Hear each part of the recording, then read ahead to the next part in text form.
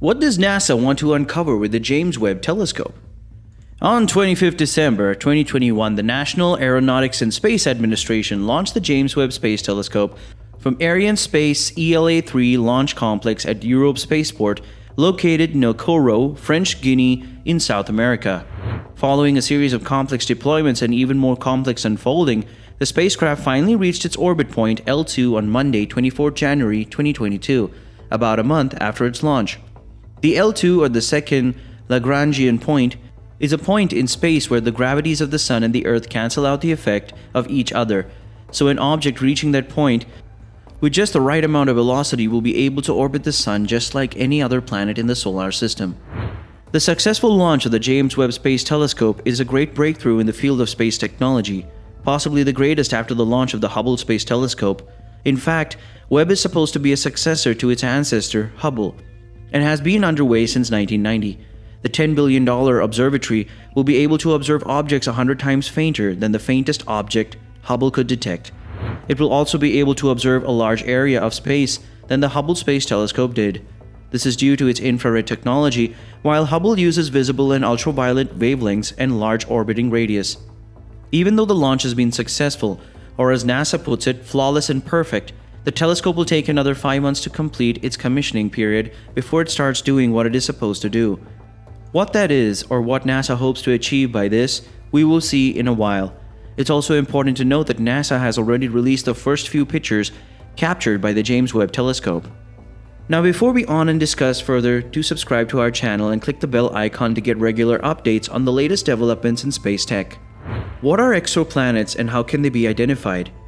Exoplanets are planets that orbit the stars other than the Sun. Exoplanets are always difficult to spot by imaging because they are hidden by the glare of the star they orbit. For this reason, scientists use other ways to spot exoplanets. One of these ways is to look for wobbly stars. Once these are found, it is easy to spot exoplanets around them by using their light. According to NASA's official website, a star that has planets doesn't orbit perfectly around its center. From far away, this off-center orbit makes the star look like it's wobbling. The website goes on to state that only large planets like Jupiter can be found this way. Smaller Earth-sized planets are even more difficult to detect, and this is what NASA aims to use the James Webb Space Telescope for. One type of exoplanets that Webb will observe is called super-Earths. Super-Earths are planets that are larger than Earth, but smaller than ice giants like Neptune and Uranus. After June, Webb will be studying 11 super-Earths. Because super-Earths are difficult to locate and observe, scientists do not know much about them. If they can find a way to observe them, we will have more potential planets to study for man inhabiting space. And what do you know? Maybe they will be more like Earth than Mars, and maybe they'll be easier to move to.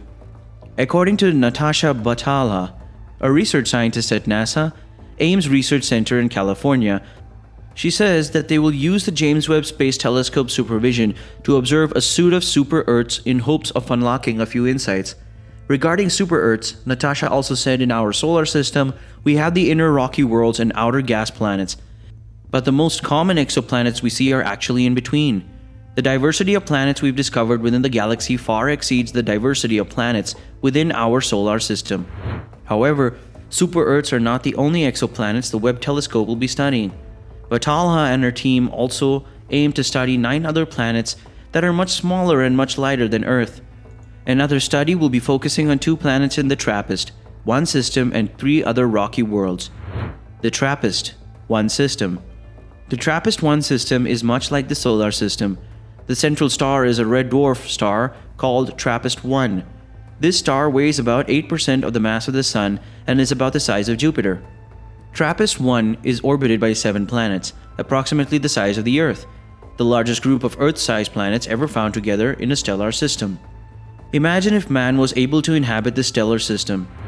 We could have 7 Earths. The TRAPPIST-1 system is about 40 light-years away from Earth. It's a prime example of the infinite variety of planetary systems the universe may be hiding within itself. According to a study published on 22nd January 2021 in the Planetary Science Journal, these 7 planets all have approximately the same densities, and this density is about 8% less than the density of the Earth.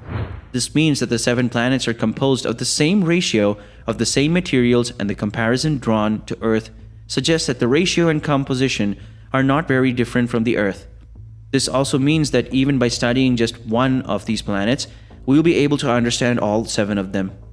Thanks to all of the data collected by numerous telescopes, both in space and on Earth, the TRAPPIST-1 system is the planetary system we know most about after our very own solar system.